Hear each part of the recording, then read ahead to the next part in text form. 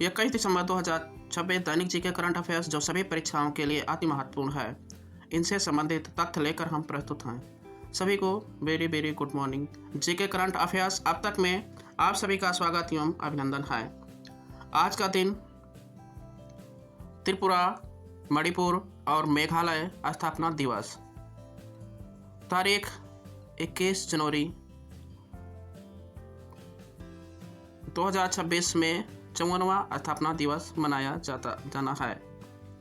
इतिहास: 21 जनवरी 1972 को उत्तर पूर्वी यानी पुनर्गठन अधिनियम 1971 के तहत तीनों राज्यों को पूर्ण राज्य की दर्जा मिला था। आइए जानते हैं कुछ त्रिपुरा, मेघालय और मणिपुर के बारे में। त्रिपुरा उत्तर पूर्वी सीमा पर स्थित भारत का राज्य है। यह भारत का तीसरा सबसे छोटा राज्य है। यहाँ की इसकी राजधानी अगरतला है। मणिपुर भारत के पूर्वोत्तर में स्थित एक राज्य है जिसका मणिपुर का यानी इसका अर्थ है आभूषणों की भूमि। यहाँ की प्राकृतिक छटा और यहाँ पाए जाने वाले खनिज पदार्थ इन्हें आभूषणों की भूमि की उपाधि से सम्मानित करता है। यहाँ की राजधानी इम्फाल है, यानी मणिपुर की राजधानी इम्फाल। मेघालय, जिसका अर्थ है बादलों का घर, यहाँ की प्राकृतिक सुंदरता के लिए यह अधिक प्रसिद्ध है। इसकी राजधानी शिलांग है। एग्जाम पॉइंट: ये तीनों राज्य सामरिक रूप से महत्वपूर्ण पूर्वोत्तर भारत का हिस्सा, मतलब ये भारत के पूर्वी क्षेत्रों में पाए जाते हैं। आइए देखते हैं इतिहास से कुछ जुड़े डिटेल्स। भारत 1954, रास बिहारी बोस का निधन। आज़ाद हिंद फौज की नींव रखने वाले महान क्रांतिकारी का जापान के टोक्यो में निधन हो गया था। रास बिहारी बोस, इनका निधन टोक्यो यानी जापान में हुआ था, जिन्होंने भारत की आज़ादी के लिए गदर षड्यंत्र और आज़ाद हिंद फौज के गठन में महत्वपूर्ण भूमिका निभाई थी। 1954, जॉर्ज ऑरवेल का निधन। महान लेखक यानी एनिमल फार्म के रचयिता, जिसका जन्म बिहार के मोतिहारी में हुआ था।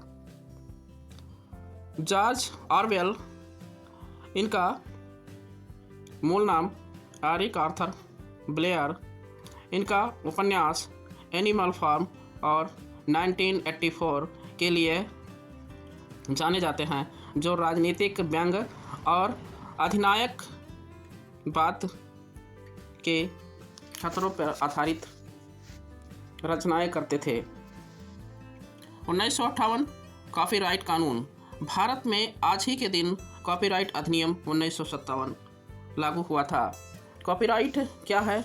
21 जनवरी 1958 से प्रभावी हुआ, मतलब और साहित्य, कला, संगीत, फिल्म आदि के मौलिक कार्यों को कानूनी सुरक्षा प्रदान करता है, लेखकों के अधिकारों की रक्षा करता है और उनके कार्यों के पुनर्उत्पादन, प्रकाशन और वितरण के विशेष अधिकार देता है।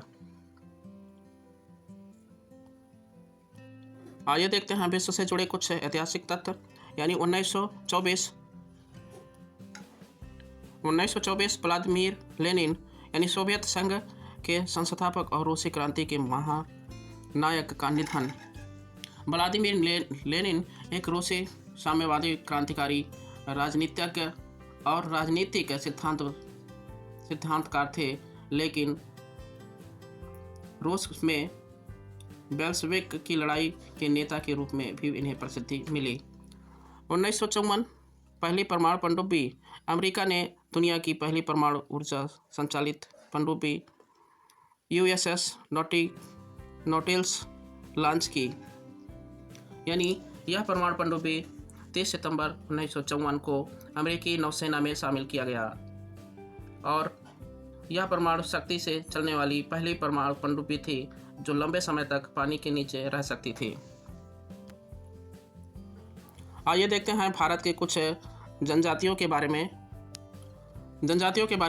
जनजातियों से संबंधित प्रश्न कला, संस्कृति और भूगोल के भाग के रूप में अक्सर पूछे जाते हैं, मतलब उनका रहन सहन, उनका खान पान और उनका निवास अक्सर पेपरों में आ ही जाते हैं।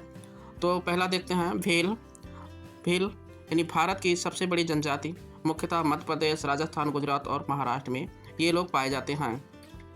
गोंड जनजाति भारत की दूसरी सबसे बड़ी जनजाति, मुख्यतः यह मध्य प्रदेश, छत्तीसगढ़ और आंध्र प्रदेश में पाए जाते हैं। संथाल जनजातियाँ झारखंड, पश्चिम बंगाल और उड़ीसा यानी भारत की राष्ट्रपति द्रौपदी मुर्मू इसी जनजाति से संबंधित हैं, यानी संथाल जनजाति से संबंधित हैं।